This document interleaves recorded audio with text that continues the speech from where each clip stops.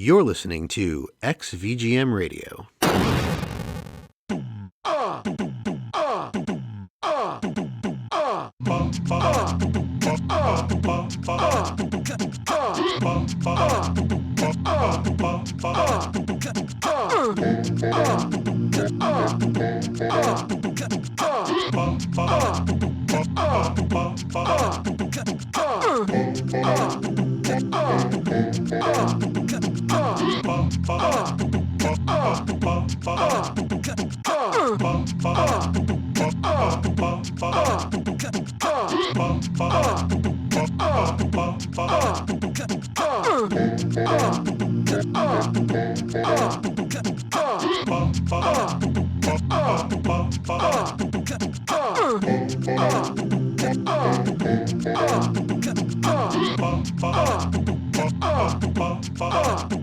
Bang.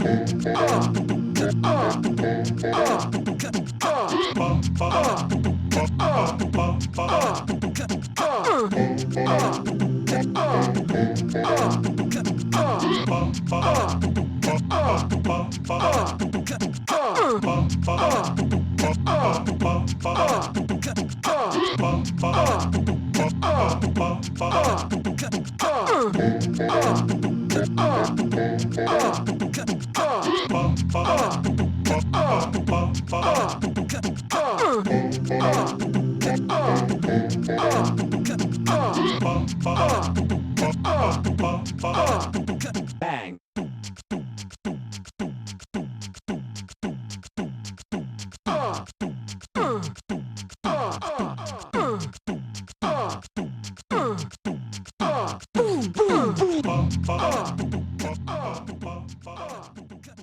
Welcome to XVGM Radio, where the bits keep coming. I'm Justin. And I'm Mike. And I'm Niko. And this is episode 97, Super Famicom Japan exclusives with NikoTengoku. That's right. It's a brand new year, and it's a brand new Niko. We got NikoTengoku, our unofficial third host for XVGM Radio, back in the saddle, back in the, Sibian, whatever, I don't know, that thing that Howard Stern has that the ladies like to thing-a-mabob. Anyways, yeah, Niko, what's up? Not much. I'm glad to be here. I can't believe it. It's already that time again, huh? 2023. Ooh. Last time we had you, well, I think we did a live episode with you last year, but we also did our usual annual episode. So for those of you tuning in who don't know, Niko is a longtime good friend of ours, and we have been having him on every January on the show. This is the show's 5th year anniversary. Can you believe it, Justin? 5 years of XVGM Radio. Can you believe it? Can you believe it? Yeah, I believe our official anniversary is sometime in, June? Yeah. Right, yeah. It's right on my birthday, actually. Yeah. Convenient. So, today we are bringing you some Japanese exclusive games that only came out in the Super Famicom. So these games did not come out in Europe. They didn't come out in the US or any other region other than Japan. Some of them might have been fan translated or not ported by fans, but yes. Turned into ROMs by fans. We're talking official, though. Yeah, there's no official. Right, no official releases for these. These are exclusive to Super Famicom. Mm-hmm. So not really, going to dive too much into the technical aspects of the sound chip or anything like that. This is more of a loosey-goosey, fun episode, as we normally do with Niko. So, Niko, why don't you give yourself a brief introduction to those of our listeners who aren't familiar with what you do and who you are, and then we'll talk about our track that we came in on that you picked.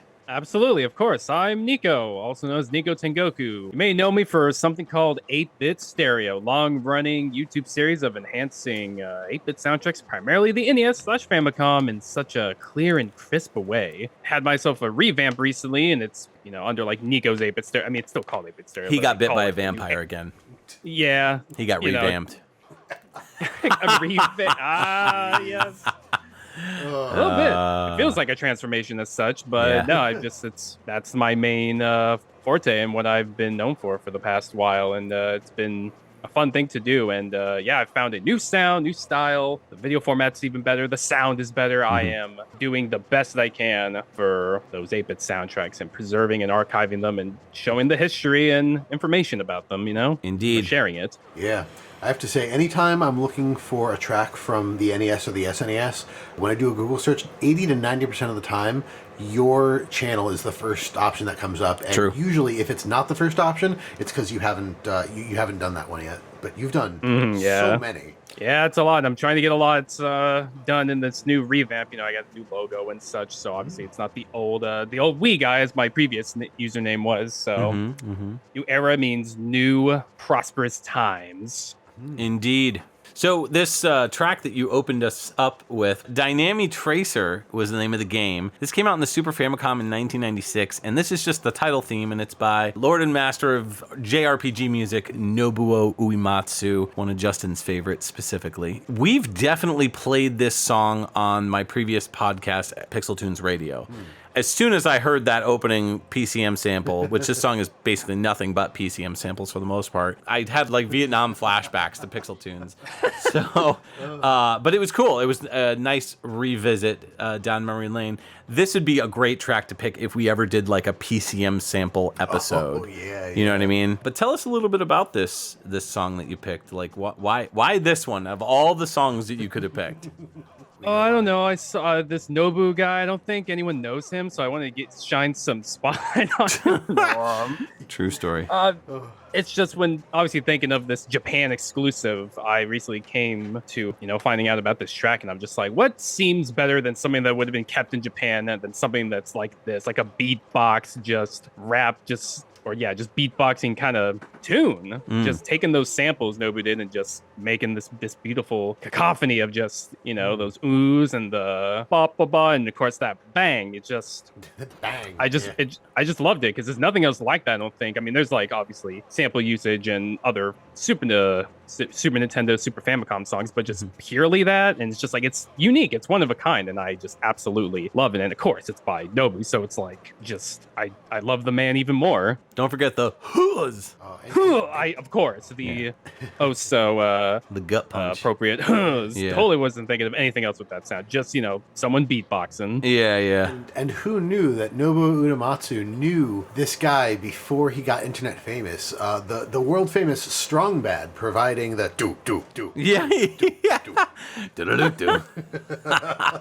I heard it, and then as soon as I heard it, I couldn't unhear it. The worst is when that was the only thing going, and it was just the do, because my brain just added in the do, and the cheat is grounded. Seriously, so good though. Good to have that. Good to have that memory. Yeah, I dig it. This game is a sci-fi JRPG about 8 different racers, and apparently it's very similar to Toe Jam and Earl. Oh, kind of like a mix of like Squaresoft's usual, JRPG goodness mixed with Toe Jam and Earl. Interesting. Which is pretty wild. Looks pretty cool. I've not played this one. It was a Satellaview game that came out, if I recall. Like it originally was a Satellaview game. I forgot about that. Yeah. I wonder if this game, there's got to be ROMs of this game that you could like download and play. Like I'm sure it's been saved in some way, shape, or form by people. Most likely, but it's very obscure, obviously. For sure. Probably only has notoriety because it has Squaresoft attached to it, and soundtrack by Nobu, of course, which I believe this was his last solo OST, because I think he did the Front Mission sequel after this with, I forgot who did that one as well. But as far as like his last solo work, this was it. Right. Pretty good soundtrack to go out on as far as that goes. Yeah, and it's a great introduction to the Super Nintendo exclusive stuff that came out in Japan. The stuff that you might not have heard. So for those of you who love the Super Nintendo, we did an episode last year where we compared the remixed music rearrangements that was done by Orchestral Fantasy, right? So if you like this episode and you want more of this, go check out that episode because it's chock full of Super Nintendo JRPGs and stuff like that. So, but we got more than JRPGs on this episode. We got a ton of different stuff, lots of variety. and lots of surprises. So buckle in, strap yourselves in, put your best bra on, and let's get over to Niko's first pick. What do you got for us? What are you bringing the show in with for your first choice? All right, I'm going to bring in with something nice and simple, I feel, because as a theme that's going to be from the rest of the episode, we love a lot of late releases, because by the time you got late into the console lifespan, people knew how to compose on this sound chip. Sure. But here I have Mahjong Haishoden Naki no Ryu on the Super Famicom, of course, from 1992. This is Battle Theme 1 by the IGS Sound Team. Right. Cool. Let's hear it.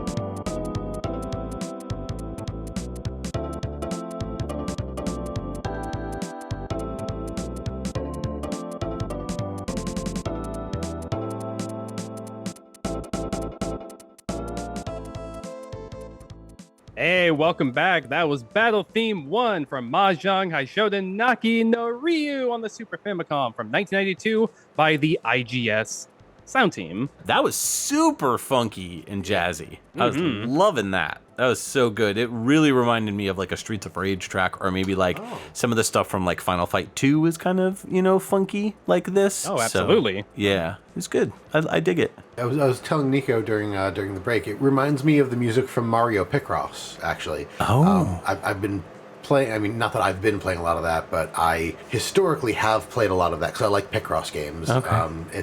I find them relaxing. The music in that is kind of similar, where it's funky, it's kind of loosey-goosey, and it's just like sometimes it's wacky because there's like Mario levels and Wario levels. So. That's 2 loosey-gooseys for the show. Was it? Yeah, that's 2. Oh no. We got to keep track because if there's 3, we unleash Loosey Goose, which is like loosey gooseys, which in a is line like which or is like whatever. Beetlejuice, but a goose who's loose. The goose is loose. The goose is loose. Yeah. Loosey Goose. It's a goose that's loose. That's name is Lucy. Ah, there we go. Lucy the Loosey Goose. All right. Anyway. Anywho. Yeah, no, but it's really cool. Like I said, this kind of falls in line, I feel, with a lot of our like board and card game or puzzle game episodes, just because like that's it's what it is. It's mahjong. I like a lot of that type of music, as I've said before. Yeah, and I feel like this is good. Like, I'm digging this 100%. But I also feel like Niko thought that he was on KVGM Radio, because this is totally, this is a hammock jam. He would absolutely be playing something like this. So. Oh, I can see that. Yeah. Obviously, when going with this theme, I'm like, all right, let's scroll through all the Japan-only games. What could I find, or try and unlock some memory of like, oh, I listened to this game and this track, and I just found myself drawn to this. You know, it's a little like, I don't know, bossa nova. It's definitely like loungy as well. Like, yeah. You could hear this in like a lounge somewhere. I do get lounge vibes, yeah. Yeah, it's really nice. And like I said, it's from 1992. I think this is the only one that crosses below 93, because like once that year hit, that's when composers really started getting to like get the SPC 700 sound chip down for the console, which obviously not a bad thing for early Super Nintendo games. You know, a lot of them have that early like sound font if they're using the default like Kan Kichi-kun sound driver, as is called for the Super Nintendo. But you're right. But you're right. Yeah. Like almost all the songs that we picked this time were all after 94, except for this one. Yeah. Pretty wild. Yeah. They were all Yeah, I want a little bit Japanese of early Super Nintendo representation as well. Yeah. Nice to see how No, this for sure. how the music evolves too. You know, they were able to do so much more with it, and I know that like some of the picks that we have in this episode a little bit later actually use additional sound chips or additional chips for additional content, better graphics, better sound, that sort of thing. So. Yeah. All Super Nintendo sound is great, from the earlies of the launch titles to the end lifespan of all those last games at the end, which really, some songs don't even sound like or soundtracks sound like they're from the Super Nintendo. They get that good. It's like, oh god, it's just so wonderful. Yeah. Now, of course, this has got to be from a Mahjong title, I'm assuming, since it's called Mahjong Hishoden. Yeah, had to have some of that representation. What's also Japan exclusive than a Mahjong game? That wouldn't come to America. Yeah, that's very true. There's a lot of games that stayed over in Japan that are very Japan-centric. Right. Which is typically the case, especially with like older systems like, you know, the NES, Super NES, Genesis, etc. There's a lot of stuff that didn't make its way over here that's very specific to things that Japan enjoys and, you know, the people of Japan really like. And Mahjong is definitely one of those things. Yeah, I mean, there's something to be said for localization, but sometimes localization just isn't really possible. And in the case of like in these days, you're lucky if anything really got localized. So things like these that are like you said, Japan centric. There's no way that they were making it over here. Which, especially for something like this, I think is interesting because I remember a handful of Mahjong games that I played as a kid growing up, usually on computer. I don't think there were any on consoles. No. But, I mean, it's not like Mahjong was totally unknown in the United States. Sure. But yeah, it's interesting that they decided to just kind of keep it over that, like keep it in Japan. Yeah, got to keep them separated. Yeah, and plus this is based off an anime as well, which of course it has like the guy with the mahjong or his hand across his face with the mahjong piece. I think a very I don't know if iconic, but it's well notable in Japan with the guy he has his, you know, hand across his face. And he's like, it's a cool look. I like it, but Yeah. it's pretty neat. I like that as well. Nice. Tell me about this IGS sound team. I've never even heard of them. Neither have I. Well, I know them. They did a few like NES or Famicom stuff, which is how I know they're the company name. Obviously, this is I think the first time in all my time, even back in, of course, PixelTunes Radio, just been picking stuff. I always try to have something that obviously has a composer, a name attached with a person, but this is the first. Nothing could come up, just obviously the company, and they, I think, developed and published it. So I'm just like, well, someone from IGS, whoever you are, you did a great job on the soundtrack of this tune. But did a lot of stuff that stayed in Japan, obviously. A lot of TurboGrafx 16 stuff as well. Yeah, I'm seeing that. Based on this list, there's some... they started off in the NES era in 1989 with Super Mogura Tataki Pokun Mogura. Yep. And that came out in 1989. Yeah, like you said, it's just NES, Game Boy, Turbo Graphics 16, and Turbo CD, which is, the PC Engine CD in Japan. Oh, they did Alien vs. Predator. Yeah, I noticed that. I know we've talked about that before, and I think the Super NES version. Exactly. The one that we've talked about. Yeah. And I think we had specific we had specific composers on that. So we did. There must be a specific pool that's used. Yeah, it's a possibility. But it looks like they have been working on this Knights of Valor series for multiple years in arcades, and their newest game is in 2019. They worked on a game called Monster Eye 2. Which came out in 2019. There you have it. A very unique, different sound team. So we're going round robin with these picks, as we usually do on these types of episodes. Justin's going next, then I'll go, and then it'll be back to Niko, and we'll do that a couple times. So what do you got for us, Justin? All right. So my first pick of the episode is going to be a game called Donald Duck no Maho no Boshi. This came out on the Super Famicom in 1995. The track is called Forest of Angles, not Angels, Angles. And it is by Takahisa Hirano and Takeshi Miura.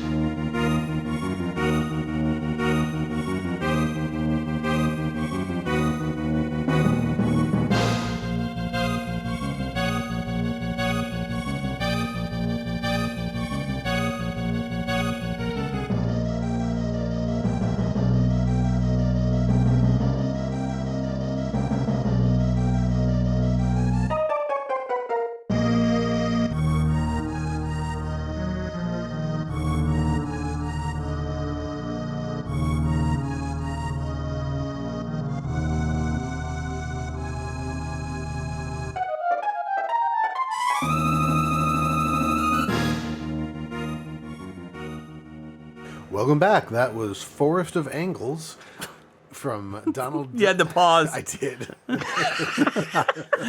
Wait, what? Forest of Angles. From Donald Duck no Maho no Boshi. And that was composed by Takahisa Hirano and Takeshi Miura. So, are you telling me that I can have this Donald Duck with no Maho, no Boshi? Hold up. I don't want no Moshi. Oh, no, sorry. I don't want no Maho and no Boshi on my Donald Duck. Yeah, I want none of that. None of that. That's a fair request. How dare you come to me and try to give me Maho and Boshi with Donald Duck? I refuse, sir. No Maho, no Boshi. Oh man. That name actually translates, just for those at home. Yes. Translates to Donald Duck in the Magic Hat. Oh, damn it. That's so weak. I know. I thought it would be something more exciting. I know. Yeah. Like Donald Duck in No Problems, No Cheese. Donald Duck in No Woman, No Cry. No woman, no quack. No woman, No woman, no quack. The picture on the box art for this game, it looks like he's got a Santa hat. It's like I think that's the magic hat. Oh, it is? It's just like a Santa hat? Is that the Maho or the Well, Boshi? Yeah. Both. It is both.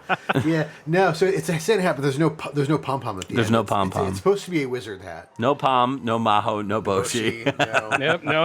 No Mickey, no Minnie. No. Oh, boy. So, how did you pick this one? First off, it's a very JRPG-esque kind of sound, almost like Capcom in the beginning. It reminded me a lot of something from like the Magical Quest games. I thought it sounded like some of the Konami stuff that I've played on the SNES, specifically Tiny Toons. Okay, yeah. A lot of the music in Buster Bust Loose sounds kind of similar to what they did here. It's got that cartoon flute, you know, that yes. like that. It definitely is channeling some cartoon elements. That and the trumpet instrument that they use sounds partway between, like I said, Buster Bust Loose and Daffy Duck on the Marvin missions, because there's some stuff in there that has a sound thing. Yes. And it's funny because like that's all Warner Brothers and this is Disney, so that it's not the same, and this isn't Konami either. Right. So the sounds that I heard didn't really make sense with what I understood about the game. It's very much not Maho, and it's very much not Boshi. Nope. What do you think of this one, Niko? It's pretty nice. I liked it. I could see that like kind of either Capcom or Konami vibe, you know, like Capnami, you know, get a little bit of that going on there. Cocom. Yeah. Cocom. Ooh, that doesn't sound good. I even zoned out for a bit. And I realized, oh yeah, this is a Donald Duck platforming kind of game, not like an RPG, epic JRPG or something where you're like in some, I guess, forest, like an ancient mystical forest. Yeah. It's got a pretty neat vibe to it. I dug it. Yeah. Pretty good. Yeah, the game looks great. This is one of those games that's just not very well known because, again, it never made it out of Japan. It never even got, like, a localization. And when I say that, I don't mean, like, oh, you know, they didn't just try to put it into America, because there's plenty of games that get localized and completely changed. Yeah. So, like, it's one thing in Japan and then something totally different in America or in Europe.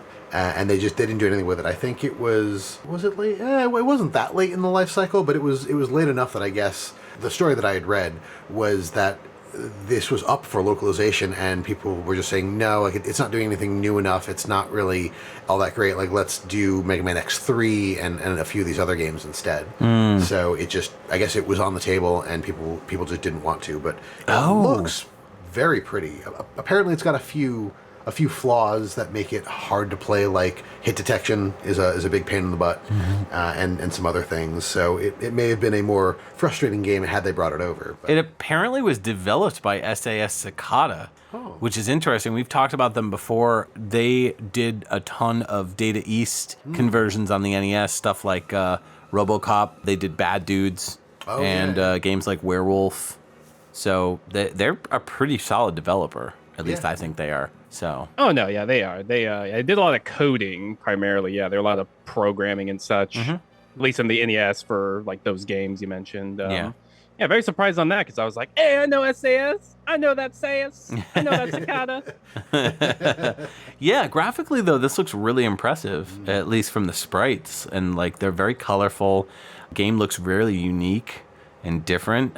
This is definitely a game I'd try out for sure. Yeah. Absolutely. For those interested, the overall story is Daisy Duck's birthday is coming up, and Donald wants to get her something nice.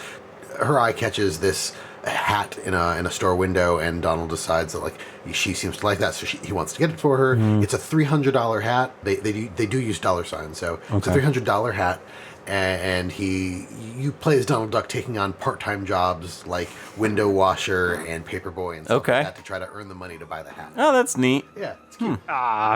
That's adorable. Yeah. That's definitely Maho. Yeah. I don't know why they say it's no. Yeah. No Maho. And the Boshi's right there. No, it's right there. Yeah. I lied. There's no Maho. There's no Boshi. Tell us about these composers. So, Takahisa Hirano has one audio credit to their name on my sources, and it's not even this. It's a Doraemon game. So, like I said, this game, not very well known. In fact, not listed at all on our normal site.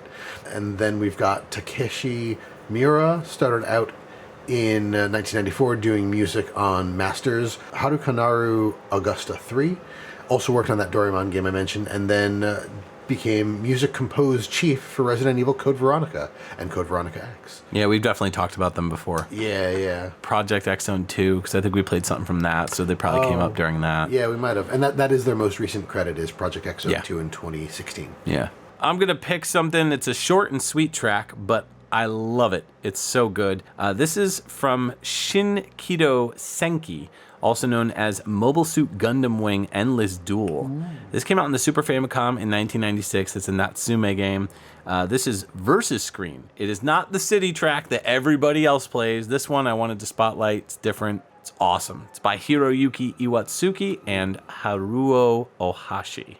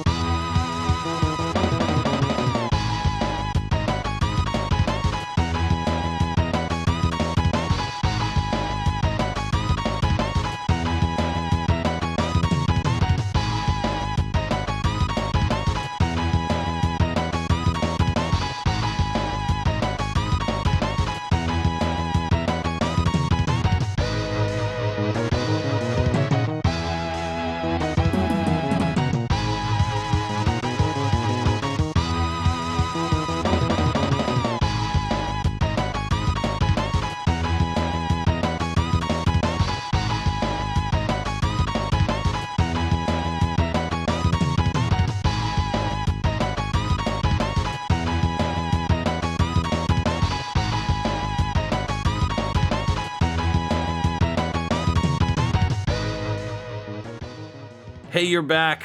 That was an amazing track from Shin Kido Senki, also known as Mobile Suit Gundam Wing Endless Duel, the Super Famicom exclusive that came out in 1996. That was Versus Screen by one of my favorites, Hiroyuki Iwatsuki, along with Haruo Ohashi. Man, this song, I don't know what it is about this one, but I went through the whole soundtrack and I love the whole thing. It's a really fun fighting game with Gundams in it, and I've been meaning to pick up this game for like ever. I think I'm just gonna bite the bullet and buy like either a repro or buy like a fan translator repro, just so I know what's happening with the story, or just buy like a cart for it somewhere. But like, man, it's so good. This soundtrack is, I mean, if you've heard any of the other Natsume developed games right around this era, stuff like Wild Guns, Ninja Warriors, the Mighty Morphin Power Rangers games, specifically the Mighty Morphin Power Rangers fighting game, that really channels a lot of this type of sound.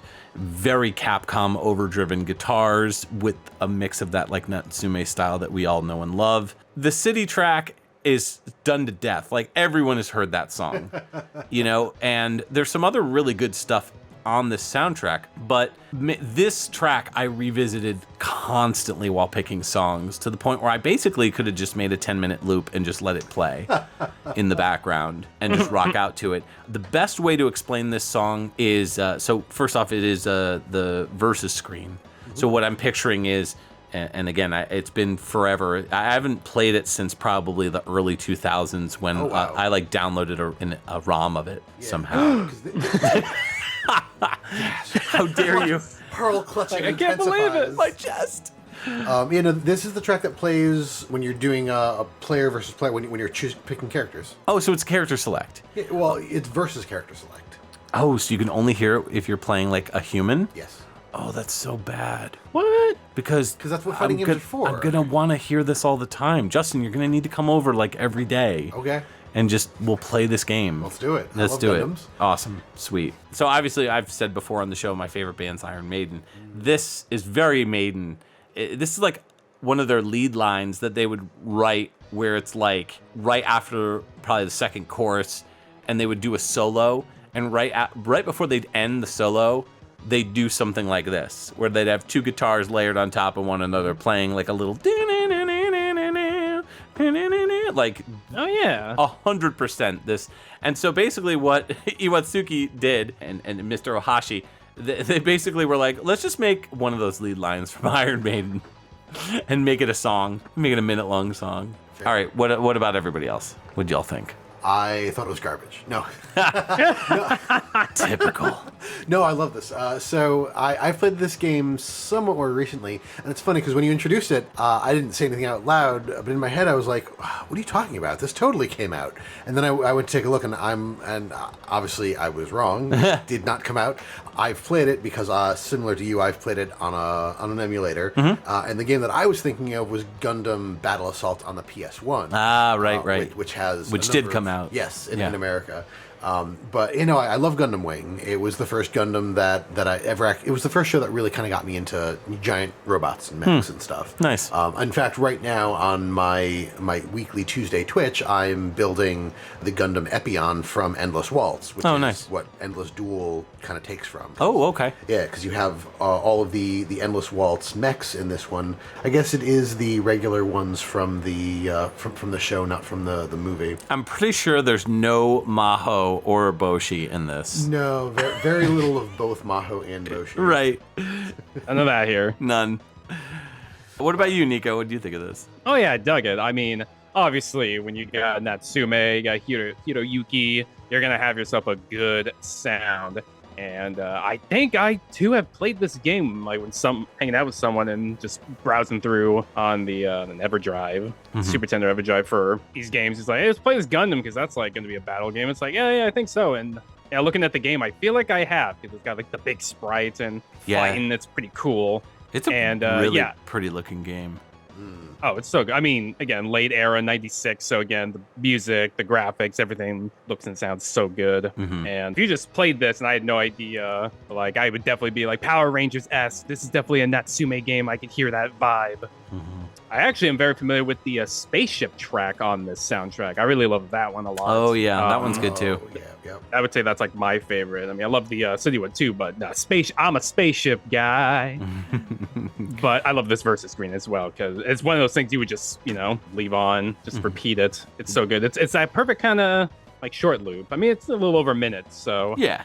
I guess in relative terms it is short, but that is a good song to just keep listening to. Like you said, it's got the Maiden vibe. It's made in heaven. I mean, boom. One interesting tidbit about this that I was reading is that Iwatsuki used a PC-98 and a MIDI driver called an Unya. He also used a Roland sound canvas and a Roland W30 workstation keyboard for the audio in this game. So pretty. Oh, he's an Ouya? Yeah, Unya. Way ahead of the time. No, Unya, not Ouya, not. What was that? That's not Ouya. What was the? Was the Ouya was that terrible console thing that basically played mobile games. Yeah. Yeah, pretty much. Yeah, he had something called an Unya, which is a MIDI driver. But that's about it. I don't really have much to say about this one other than it rocks. Iwatsuki, we've talked about on the show before. I would love to do a full episode on him, and we probably will at some point. He started off with doing sound effects for a lot of games, stuff like Tailgater, Spanky's Quest, and Shatterhand. Then he started doing musical actual composition in games as well. One that he's really well known for on the Famicom is Mitsumi ga Toru, which has really good music. That's an awesome Famicom game and soundtrack based on an anime, which is called like the Three-Eyed Boy or something like that. No, Three-Eyed One is what it's called. Then he did, so many amazing soundtracks. Wild Guns, Ninja Warriors, Pocky and Rocky 1 and 2. He did the Power Rangers soundtracks for Super NES, both that game and the movie. I mean, just like the list goes on and on. His latest game, he did a song for Euden Chronicle Rising, which came out in 2022. I think he just did one song, because it's a game that has like a bunch of different composers on it, and I think he either did one track or just like a bunch of tracks. But right before that, he redid the soundtrack to Ninja Warriors on Super NES with the re-release of the game, which was totally remastered, called Ninja Saviors Return of the Warriors. If you don't own that game, get it. It's awesome. So good. And then Haruo Ohashi pretty much ended his career with the last game that he did, which was Gekiso Sentai Car Ranger Senkai Racer Senshi, which is the Power Rangers Turbo Sentai version of that series of Power Rangers Turbo. But it's basically a side-scrolling, like, fighting platformer type thing, action game. He did a lot of stuff with Power Rangers. Pretty much every game that he worked on was a Power Rangers related game, except for Pocky and Rocky 2 and Wild Guns. So, and this, Endless Duel. So, nice. Yeah, great way to kick off my picks. So, now we're going back to Niko, though. So, Really? What you got for us? All right, I got a good one for you, and bear with me for pronouncing this. This might be one of the longest titles for a game on the show, maybe. It's an interesting one. All right, I've got a track for you from Keiyuraku Sanyo Toyomaru Okumaru Daichi Maruhan Parlor 4CR. Of course, on the Super Famicom. From 1995, this is the menu theme by Motoi Sakaruba and Shinji Tamura.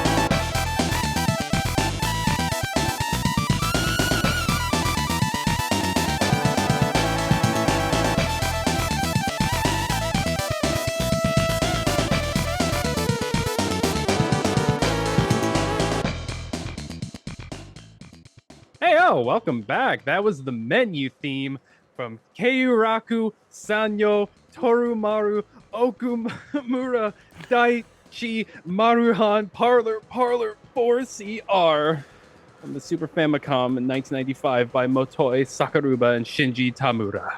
Awesome. Well done. Yes, golf clap.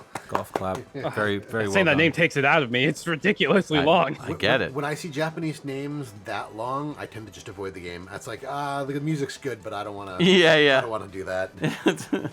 This was great. Love that funkiness. I will say that slap bass definitely struggled. Like to get those notes heard, you could hear like what sounded like almost like picking. I don't know. You know, like in the beginning, at least, I thought it was pretty clear. I thought it sounded really good. I thought that the notes themselves sounded good, but like there was some sort of noise that I could hear kind of like off to the side that almost sounded like they were trying to imitate like finger plucking or picking. Oh, I thought it sounded like a slap bass. Like, oh, really? Through, yeah. Oh, interesting. I'll have to go back and listen again, but I was really digging it. It was good. Oh, yeah. Lots of squeedly meedly.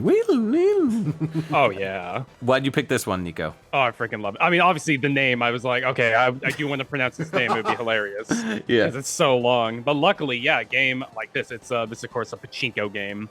Obviously, I know nothing. I mean, I know pachinko, but the game itself, I don't know much. I was just like, long name. Oh, I see Motoi Sakaruba, so this is going to be good. Yeah. And just this menu theme, just that bass, dad bass. I mean, that bass, that slap like, bass. This is equivalent to just like, you know, Sunsoft's bass, but obviously more funky. And on the Super Nintendo, the sample here is just it's just keeping it going. I mean, this is one of the, like your pick, Mike, just one of those perfect loop songs. I could just listen to this one for on hours. Just you get that. absolutely. You got the horns that blare, that bam, bam, bam, and then of course whoever's on that keyboard or something, just they're going wild. It's a perfect menu theme. It's so wacky, so wild, so good. I couldn't hit start. I wouldn't be able to hit start. I would just like listen to this. Yeah, forget the pachinko. Just get funky with with this Super Nintendo track. It's so good. How's the rest of the music and the soundtrack for this? Oh, it's still good. I mean, Absolutely. It vibes as well as like being all energetic. There's some chill. Nice. As well, slower tempo tracks. But the menu is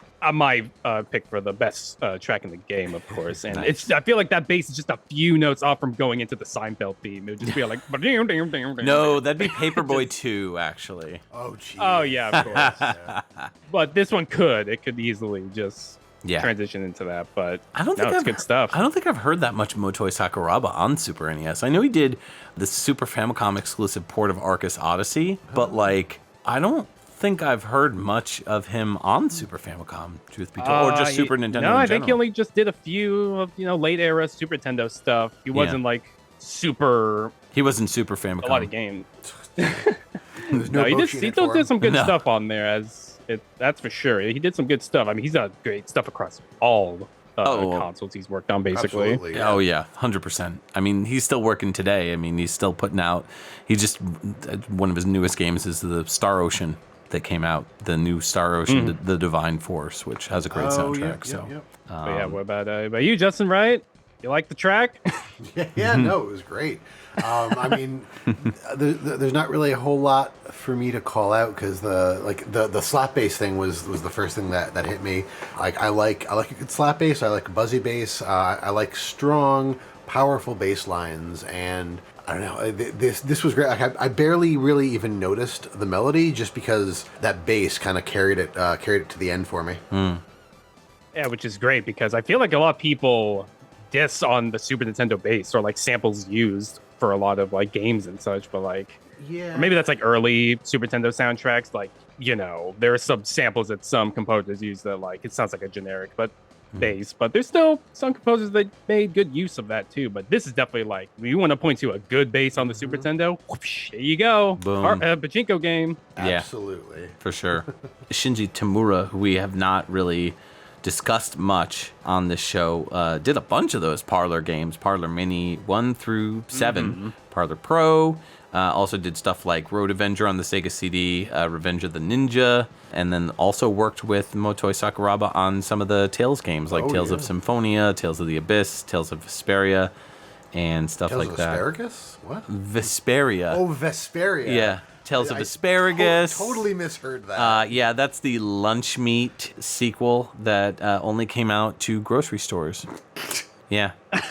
Tales of Asparagus. Basically, it's a story about some asparagus that it's a world of people Look, Mike, who are when asparagus. a man loves a sandwich.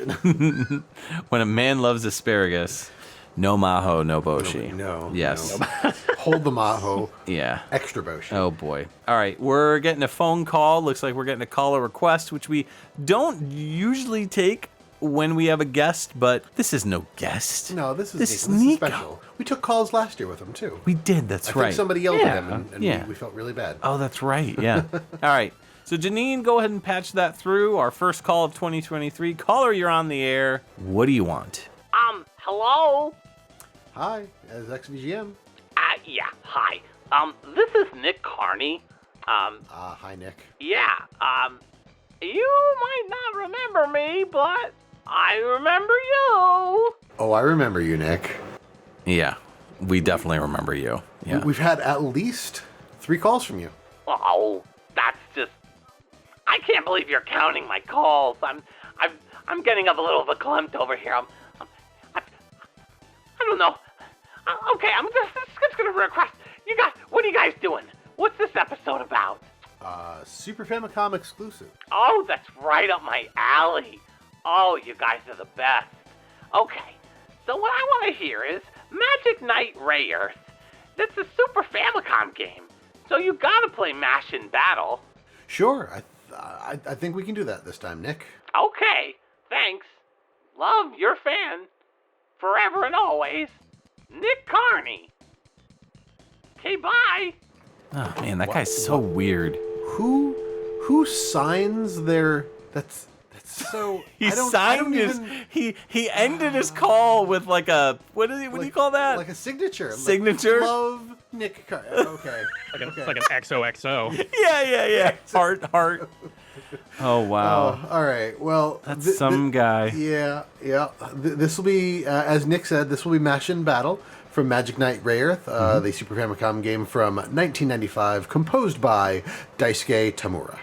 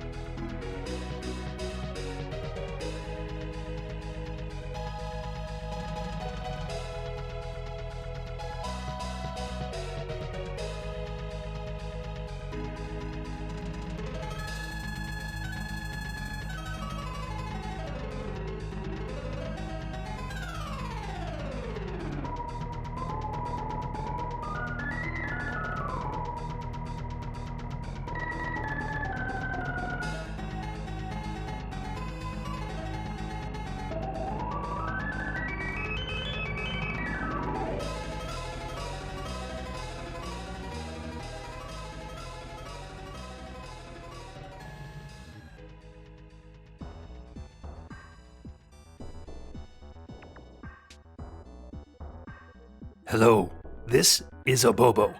You may remember me from Abobo's Adobe Adobo Dojo, previously advertised on PixelTunes Radio.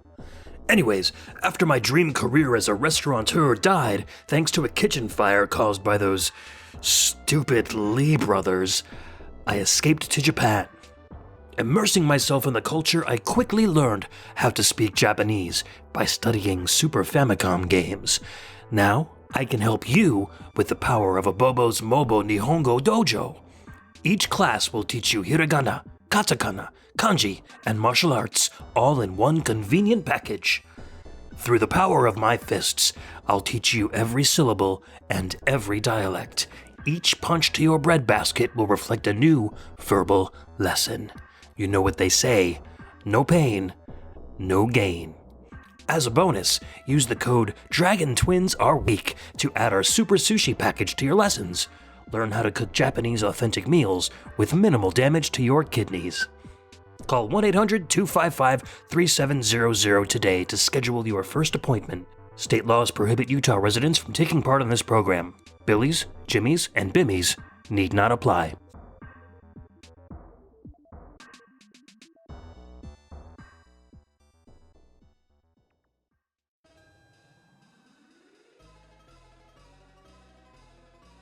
All right, you're back, and that was Magic Knight Rayearth, the 1995 Super Famicom game. The track was Meshin Battle, and it was by Nobuo. No, it wasn't. It was by Daisuke Tamura.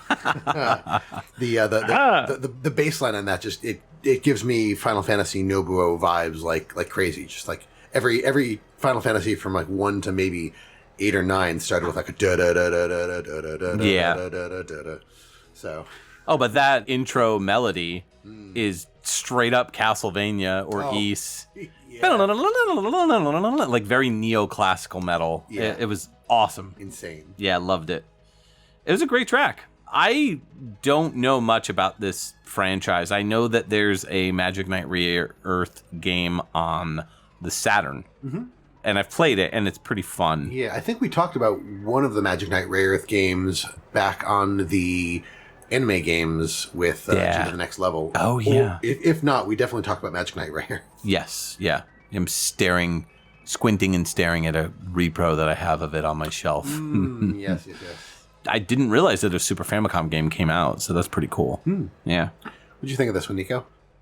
That is a sweet track. I love that too. I love that they have the bass in there, just like I love a bass like that. And organ or the keyboard, I love that stuff. It's so gave me a little bit at one point. I mean, as is probably the case with a lot of Japanese composers, prog rock is be like, Emerson, Lake and Palmer, Keith Emerson, like the Moog synthesizer kind of vibes. Oh yeah. I think I just always like to hear that when it comes to stuff like this. Yeah. But for a brief moment, I felt like I heard that. This could be a ELP kind of track as well. The bass is going like Greg Lake. You got like Carl Palmer's drumming, and of course Keith Emerson's keyboards. Just it's good stuff. Yeah. Or I'm just imagining that because I'm just a big ELP fan. Who knows? I mean, that's fair too. I do love how they brought in that rock organ at the end. That really kind of picked it up for me just in time to finish. Like, oh man, it's getting really good, and then done. I mean, a lot of VGM takes inspiration from classic rock and prog rock and metal and all sorts of like different rock and pop and metal genres. Mashin Battle? Is it Mashin Battle or Mashin Battle? Mashin Battle. Mashin Battle? Yeah. So what happens when you skid your shin? You're like, my shin in this battle. I was going to say like mashed potatoes. Like you're having a mashin' battle. Like just two potatoes smushed together. You know what? Yours is better. Until they're the better one. Until they've become mashed potatoes. But I do like mashin'. Mashin'. Awesome. Oh no, we've killed Niko. Oh man. Oh, it's too good. These jokes they're too much. Too much. I don't know how we do it. We start off so just normal, and then we just go right off the rails with these jokes. That's true. It's part of the wonder of the January Niko episode. It is. Speaking of which, Justin and I have had a conversation about it. We want to make it official. We want you to be the official third host of XVGM Radio. And we're willing to knight you right here, right now. I mean, oh my God. There's clearly, you got nothing else better to do than be our third host. So nothing else. I'll sacrifice everything for this. I mean, you're here every January, so it's only fitting. It's only fitting. Yes. So you must kneel before us. All right, okay, let me just get on my chair. Okay. I'm kneeling. All right, let me grab this Master Sword still in a box. Yes. By the power invested in us as video game music podcast hosts, we dub thee Sir Third Host. Sir Third Host, NikoTengoku. Yes. You may rise. Oh, okay. Ow! Sorry, cut that. Censor that. That was actually unintentional. I didn't mean to hit my knee. My shin.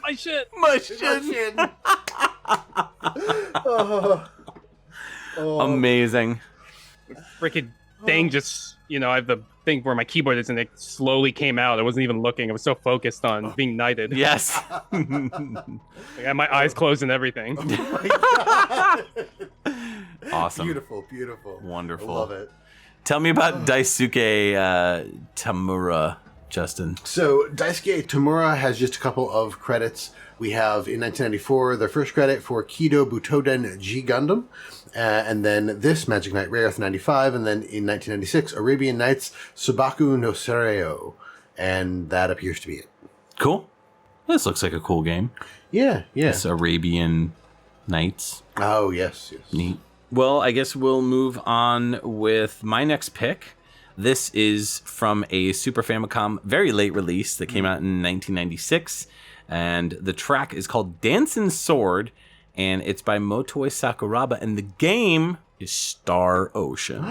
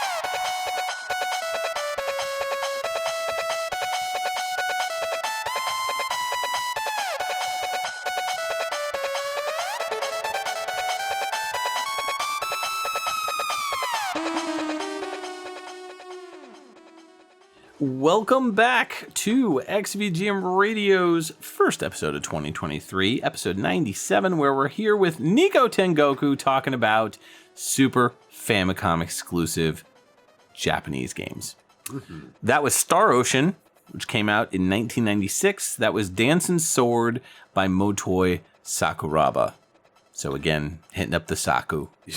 What do you think of this one? You kind of like spaced out on this one when you were listening. The opening, the opening made me feel like I was on drugs. Yeah, I can see that. I was just like, what is happening? And then it all kind of came together. Like it was. It's hard to describe. Like it's almost like you're looking at something and like nothing's in focus, and then as you kind of just sit there and let your eyes adjust, everything comes into focus and it feels a lot better. Yeah, same kind of thing, but just with your ears instead of your eyes, I guess. Okay. It was wild. I liked the synth they were running there. It was very harsh, but as it went on, it felt good. Yeah, I mean, like, as the track kind of moves through what it's working through, it becomes a little bit more progressive in terms of what we're used to hearing from Motoi Sakuraba, who kind of fits a lot of his songs with like progressive rock or progressive metal like influences and stuff like that.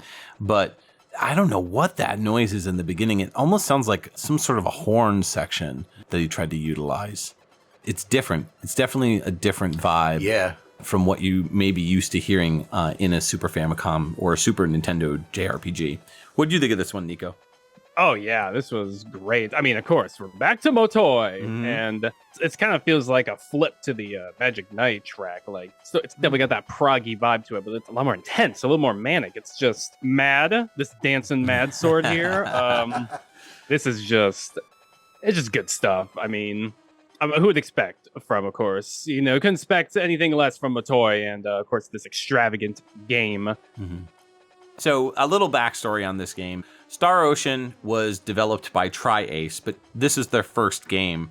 They were previously known as Wolf Team. And what happened was they were putting out Tales of Phantasia, which was another JRPG that they were releasing when they had some deal with Namco. And I guess they fought a lot between the developer and the publisher. So what ended up happening was they left, like a good chunk of the team left and made Tri-Ace, and took a lot of their ideas that they had for Tales of Phantasia and kind of worked them into Star Ocean and kind of evolved them and changed them. There's a lot of really unique and different things for this game that they put into it. This game is a lot of fun. It's also pretty challenging. It's done in the style of most like Final Fantasy type JRPGs. The battles are not turn-based, they're real-time. But the plot on this one takes place in AD 2432. You're in this small town. Everyone turns to stone. So there's a few characters that are trying to work with these people that came down from the starship, and they basically work together with them to try to depetrify these characters. So there's this chip in the game called the SDD1 chip. This was specifically used for actually voice clips. For the in the intro and the game. If you play the game, you turn it on, and immediately, when you start turning it on and watching the intro cutscene, it's fully voiced. On the Super NES, that's insane. Yeah. I mean, you'll get a sentence or so, but this was completely fully voiced intro, which was really incredible. And then you'll hear voice clips when the characters are attacking and stuff like that too. So it's really cool. There is mode 7 as well throughout the game. It's also got surround sound. But yeah, really cool. It's this thing called a flexible voice driver that allows for the compression of sound. So that's what the chip does, is allows for all those really big time voice clips, especially when you're during battles. It's near impossible to do with a regular Super Famicom cart, unless you've got an additional chip in there. So really cool stuff. Yeah, that is pretty sweet. And plus, I'm sure by this point, Motoi knew just how to compress and get all the best sound he could out of his compositions and such. Yeah, of the game, because it still sounds so clean and good. The soundtrack. Yeah. No, the song itself sounds really clean and crisp. I really like the bass line there. That kind of picks up, and also the drums too. Those sound almost like China cymbals. like almost like a really kind of hammering on like a China cymbal. Yeah. So it sounded really cool. It's one of my favorites of this soundtrack. I think this is a boss battle theme. The way that it opens. Oh, yeah. Yeah, I'm almost positive. It's been a really long time, but I'm pretty sure that that's a boss battle. So, all right. So now we're going into Niko's last pick. Final call, last round. Oh my goodness! What'd you pick? Oh. All right. Well, yeah. Let me give you my last pick of this excellent Super Famicom exclusives. I've got a track from Last Bible 3, of course, on the Super Famicom from 1995. This is Battle with Alec by Hiroyuki Yanada.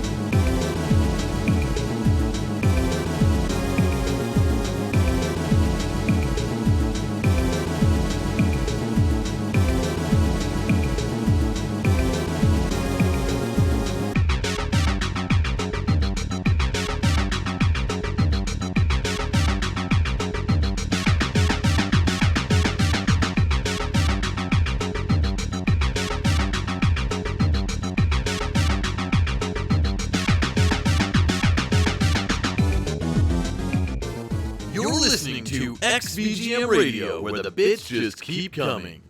Hey, you, welcome back. That was Battle with Alec from Last Bible 3 on the Super Famicom. From 1995 by Hiroyuki Yanada. Oh, my goodness. I love it. Wow. I love it. That was cool. It was. Very industrial. I don't know. I got stuck on the beep. So the boop, boop, boop, beep, boop, boop. Yeah.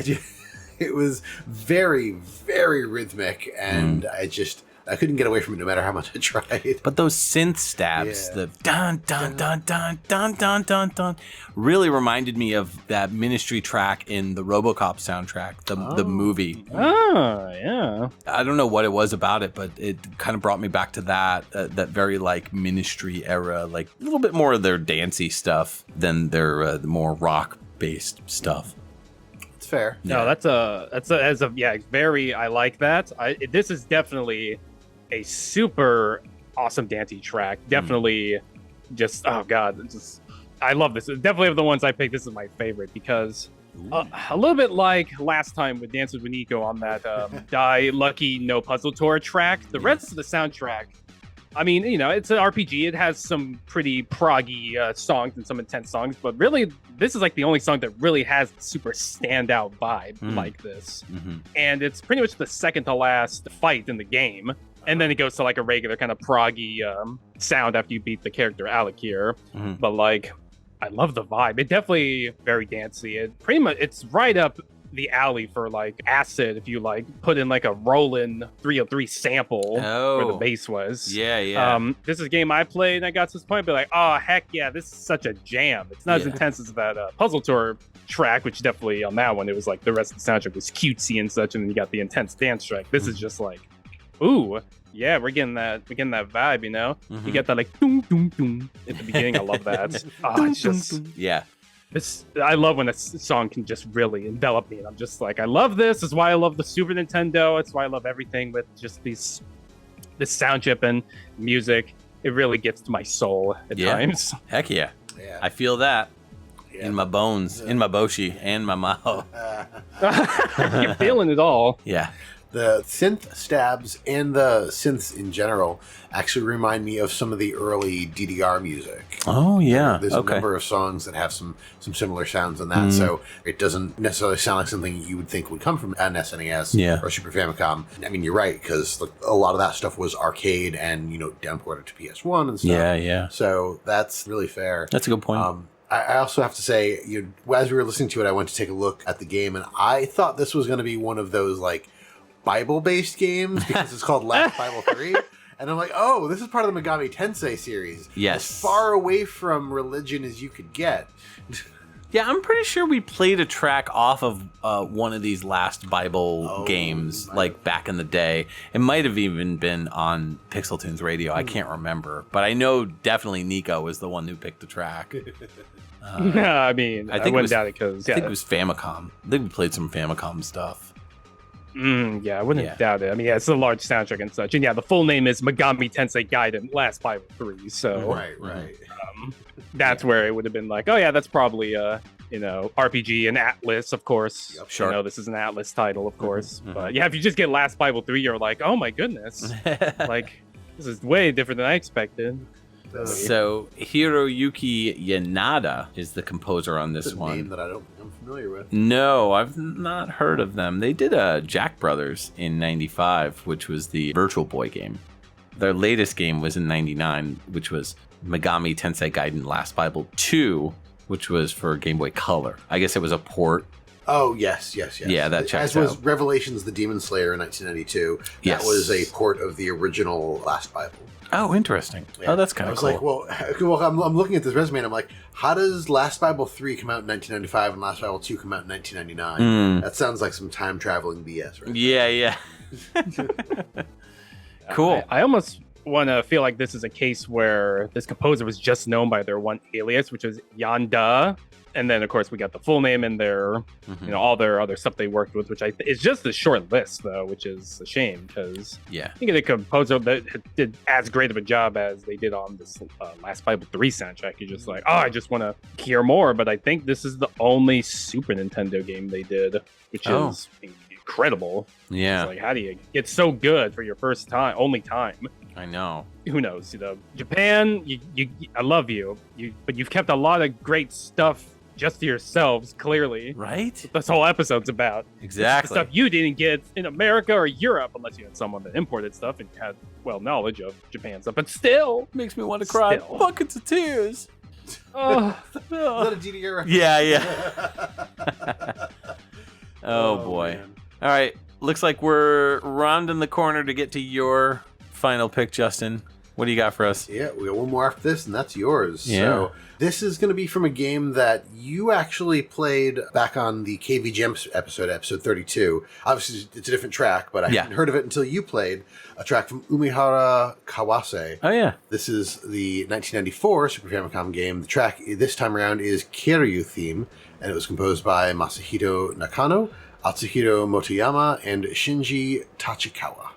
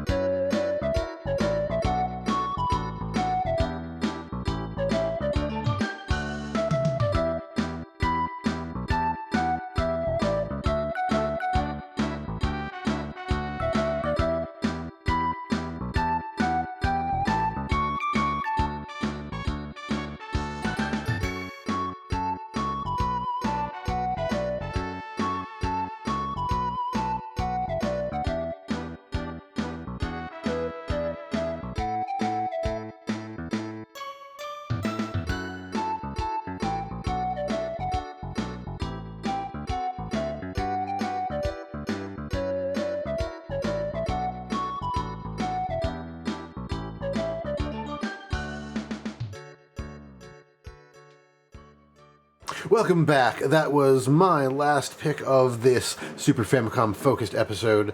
That is Umehara Kawase from 1994. Karyu Theme is the name of the track, and it was composed by Masahito Nakano, Atsuhiro Motoyama, and Shinji Tachikawa. Oh, man. Oh, man. That was super chill, and I love that bass. I was mostly paying attention to that bass line. Just very relaxing, but also had a bit of a funk vibe to it, too. A little bit of a bounce step, which I dug. I mean, the melody was great, too, but it was just very, like, end of the episode kind of vibe, you know. Yeah. I kind of picked it because it reminded me a lot of some of the music from some of the cartoons from when we were kids. Like, do you remember the Dennis the Menace cartoon? I do. I don't remember the songs, though. Oh, I don't remember the songs specifically, but I do remember they had a feel. Like, if you took that bass out, this song feels like what you were talking about, like end of the episode, or like whimsical type of stuff in some of those like Heathcliff or Dennis the Menace, or a lot of those like happy-ish cartoons. Maybe not. I was going to say Garfield, but I'm like, maybe not really Garfield and Friends, but like definitely for whatever reason, Dennis the Menace, the cartoon comes to mind here. Okay, cool. What are your thoughts on this one, Niko?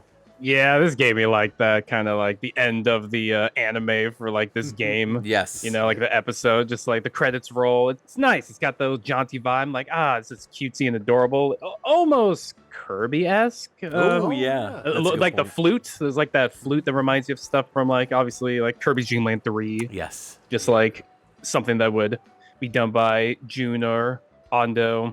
So joyed by this track. I love it. Cool. It gives you the good vibes. Yeah, you man. know? I agree. You know what? Maybe I will have Maho and Bochi. I'll take the Maho and Bochi.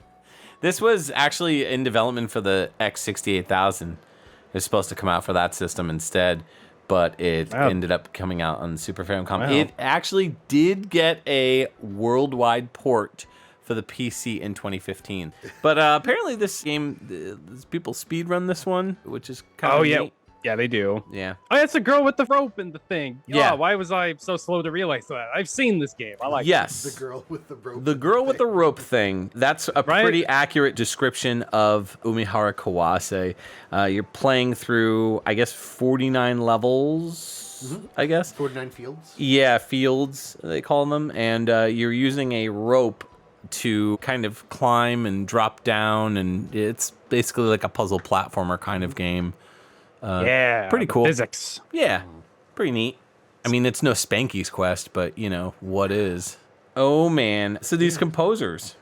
Yes, Masahito Nakano, very quick resume, started out in 1994 with Umehara Kawase. Then in 1995 went on to Shijo Saikyo League Serie A, Ace Striker, did music composition in that. And then finally they did arrangement in 1997 for Umehara Kawase Shun. Cool. And then we'll talk about Shinji Tachikawa, also somewhat of a small resume. Started out in 1992 with Widget, and then went to do this in 1994. Also did the Shijo Saikyo League Serie A in 95, Umehara Kawase Shun 97, and then continued on about 11 years later in 2008, did sound effects on Glory of Heracles, and then continued to just do sound. I'm not sure if these are music compositions or if they're like sound effects or sound credits. But Code Princess in 2012, Yumi's Odd Odyssey in 2013, Blade Strange in 2018, and Umehara Kawase Fresh in 2019. So it sounds like they joined up with Nicalis that published all of these games. Like Nicalis was the North American publisher on Blade Strangers, Code of Princess. Yeah, but the last composer on this, Atsuhiro Motoyama, has a much longer resume. Started out in 1989 doing Digital Champ, and then we'll just pick a couple of these because there's a lot on here. Bloody Roar 1 and 2 in 97-98. Space Invaders Get Even in 2008. Nice. Music composition. Their most recent was 2019's Umehara Kawase Fresh. Yeah, that's one of the newer games. Yep. They're listed as BGM, so we know that they did music on that. Yeah, cool. All right, so before we wrap things up, looks like we've got another caller. Let's take this last one and then get the show on the road here. Sounds like a plan. Janine, pass that call over to us. XVGM Radio, you are on the air. Who is this and what can we play for you? Guys, it's me, Niko from the future. Listen, you cannot play the next track. The fate of society and the world is in your hands. You can't play the next track. Wait, what? What's happening? Going on? Oh my gosh, it's this again. What's going on? It's me. It's Niko from the future. Look, you can't play the next track. If you do, things will collapse. Things are so unimaginable, I can't even begin to describe them. Wait. I have a big question here. Will there be Boshi and will there be Maho? The Mahos and the Boshis will combine. They will take over. There's so much. It's going to become Maboshi. You can't let this happen. Donald Duck will be in some serious hot water with Daisy if that happens. Yeah. How far in the future is this? Like an hour. Oh, okay. Okay. But still, you can't play it. I don't know, Niko. What are your thoughts on this? Guys, just go ahead. This is fine. I mean, this, Niko from the future, I guess is me. He's probably just, when he got knighted, he went a little over his head, so he's just kind of going a little crazy right that here. makes So I think it's sense. fine to keep up with the next, playing the next track. Cool. No, you can't. You can't. All right, well, I don't know what that was all about, but we're going to play the next track, which is my final pick. It's from a game called 96 Zenkoku Koku Soccer Senshuken. And this came out in 1996. This is Staff Roll, and it's by Toshiyuki Takine and Gaki Inbose.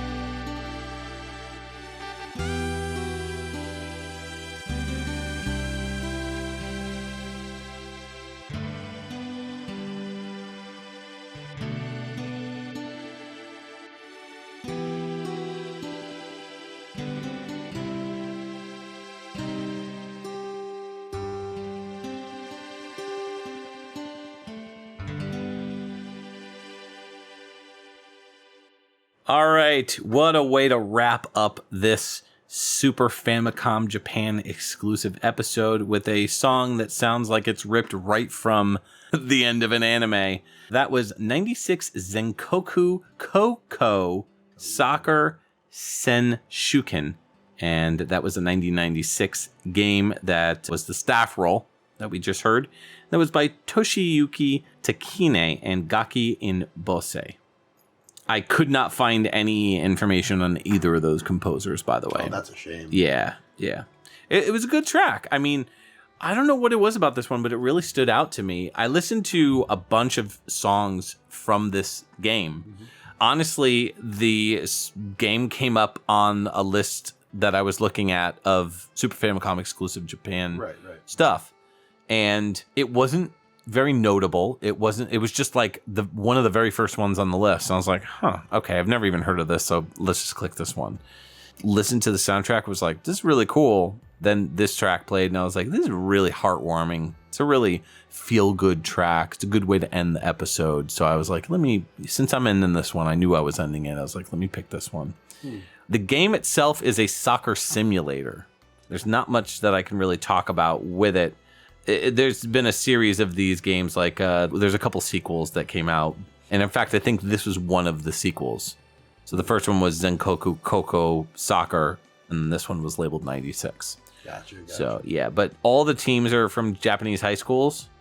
So it's a little bit more of a soccer simulation. I think you can, like, control the players, like, move the players around in terms of, like, the stats and stuff.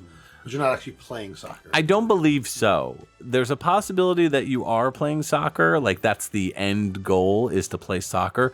But if I recall, based on what I looked up on this game, I think that it's more about managing the team than actually, like, that's why they're calling it a soccer simulation, not just a soccer game. I was wondering why that designation. So I think what you meant to say is the end goal. Oh, yes. Yes. Very true. What do you think of this one, Niko? Oh, yeah. I was Zenkoku for Cuckoo Soccer Zenshuken. I tried to incorporate that pun in there. Nice. Cuckoo for Zenkoku. I'm Cuckoo for Zenkoku. There you go. This is Zenkoku. very good, heartwarming track, as you said. It's a perfect ender. After a bit of the energetic vibes we've had through pretty much most of the tracks we've chosen, this is a perfect, like, relaxing chill. It's you did good. Yeah. You managed the team. You did the soccer thing. And all that jazz. Yeah, and I mean, Japan loves their soccer, so... You didn't have any Boshi, and you didn't have any Maho. You did great. Shin was fine. Everything was good. That's it. Shin. Shin was okay. You got to watch out for the shins in soccer, too. That's it. why you wear shins. Oh, that is actually the most relevant, yes. This is a very Mashin battle. Yes. It's very relaxing. It's perfect. It's something I could definitely hear from a soccer game. And actually, I kind of know the soundtrack a little bit as well, because one of the tracks, the play menu theme, I really enjoyed. Has a very jazz fusion vibe to it, something you would hear from like T-Square or Cassiopeia. Yeah, I remember hearing that one, and I was going to pick that, but I don't know what it was about this credit theme. I was like, you know what? I'm going to pick something kind of outside my wheelhouse. It's good, though. Cool. It just shows that we have our, what hits our ears. We're just like, yes. Like, it's what makes us all unique. Yes, indeed. All right. Well, this is the time of the episode where we pick our favorite tracks that we played.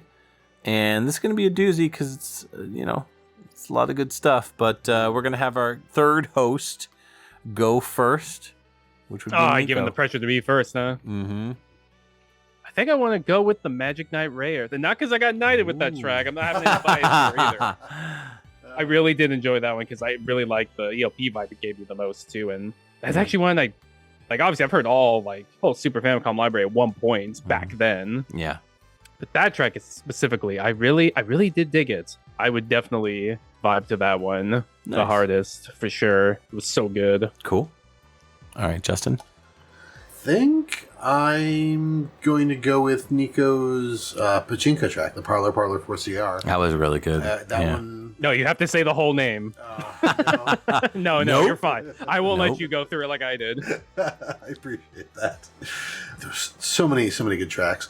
I liked your Star Ocean track, Mike. I like my Donald Duck no Maho no Boshi track. I think top pick for me is Parlor. Yeah. Yeah, it's about right. I'm going to go with my Gundam Wing Endless Duel track. It's so good.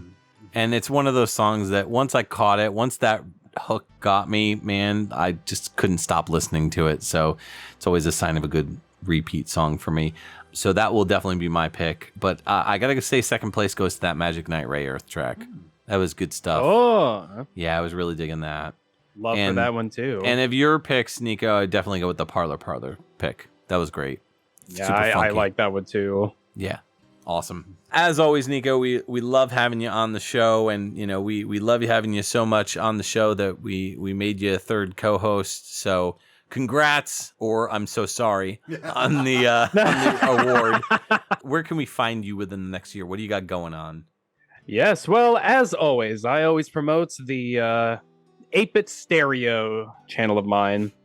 And what I do, I mean, if you just search any NES soundtrack, you'll find me, 8-Bit Stereo, or more specifically, it's Niko's 8-Bit Stereo, the official, I think, channel name. And that is, of course, where you can always find me and updating those 8-Bit soundtracks into the new revamped format I have, with the new black and white logo. That's how you can tell the difference from the old ones, of course, the Niko era. Right. But aside from that, I have actually, last year in February, started making monthly, at least try to keep consistently, monthly mixes at a site called 8beats.co. Basically 24/7 video game music, like radio station, live from like France. Oh, cool. Yeah, it was inquiry to just, they liked the person that runs it. They were like, hey, we like your YouTube thing you do. You want to just make mixes every month with, I assume, your NES stuff? And I was like, sure, yeah, I'll make some themes every month and just mix them together. I'm not the best at that, but I think things can flow pretty good one track to another. Sure. But that's been my biggest newest thing. Cool. As of last year. It's very fun. Yeah, just 8beats.co, one of many residents, as they call them, because it's not just like how I guess other sites are, where it's just a video game music radio station. This has other people that are featured that do similar mixes as well. Oh, cool. Showcase and just, yeah, it's very fun. I highly recommend checking that out. That's awesome. Yeah, especially if you want to just hear some for what I do with NES mixes. It makes me realize, dang, there's a lot of themes that can go with the NES, because for the most part you just think like, there's certain tracks that are very this or that. There's only so many themes, but no, there's a lot that 8-bit machine, that sound chip can do. It's impressive. Sure. Yeah, I love absolutely. it. And then you're also on Twitch too, right? I am. That's what I would have been promoting the last few times, but I've slowed down on twitch.tv/NikoTengoku. Every so often I have a little appearance like, hey, I'm still alive, people. Yeah. Doing other things now. Real life's getting busy, and I got all these other projects I'm doing. Nice. And I also do have a NikoTengoku YouTube channel where I'm trying to start to do original content. I got a trailer video that's at least a start, but yeah, sure. Hopefully I'll pick up and get my video game music specific content, or themed around, just talk about anything video game music related going into this year. Cool. All right. Well, we wish you the best of luck, and I'm sure maybe we'll do like a live show. We'll have you back on, and in the meantime, because man, like going a year without some Niko is just too hard. It's difficult. Aw. Yeah, it's hard. So, we'd like to take a moment to thank our Patreon patrons, without whom this show's continued improvement would be impossible. They are Cam Worma, Jordan and Anson Davis, Rage Cage, Kung Fu Carlito of the Heroes 3 podcast, Scott McElhone, Chris Myers, Brad Austin, Chris Murray, Llama Adam, Marcus Stewart, Scott Brackett, Nick Davis, and Ryan McPherson. If you would like to become a patron, you can sign up at patreon.com/XVGM Radio. There you can see the different tiers as well. Just $1 gets you a thank you and access to our monthly live shows. You can visit our website, xvgmradio.com, where you can listen to all the episodes and learn more about your hosts, as well as any of our guests or composers that we've had on the show. If you'd like to reach out to us, you can always email us at xvgmradio@gmail.com.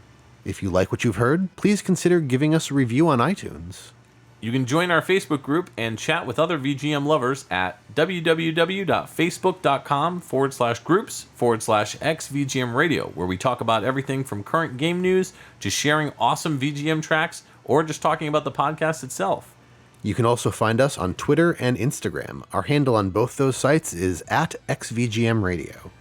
If you don't have any other social media or just want to try something unique, check us out on our Discord group chat. Links in the show notes. Hey, in a month, we're coming back with episode 98, Justin. We're rounding that corner. Everybody get your picks in for our 100th episode. Fan picks. If you're a listener, xvgmradio@gmail.com. Send us an email with your favorite song that you want to hear on the show that we've not played. And if you're not sure, just send us a track, and we'll let you know whether or not we played it or not.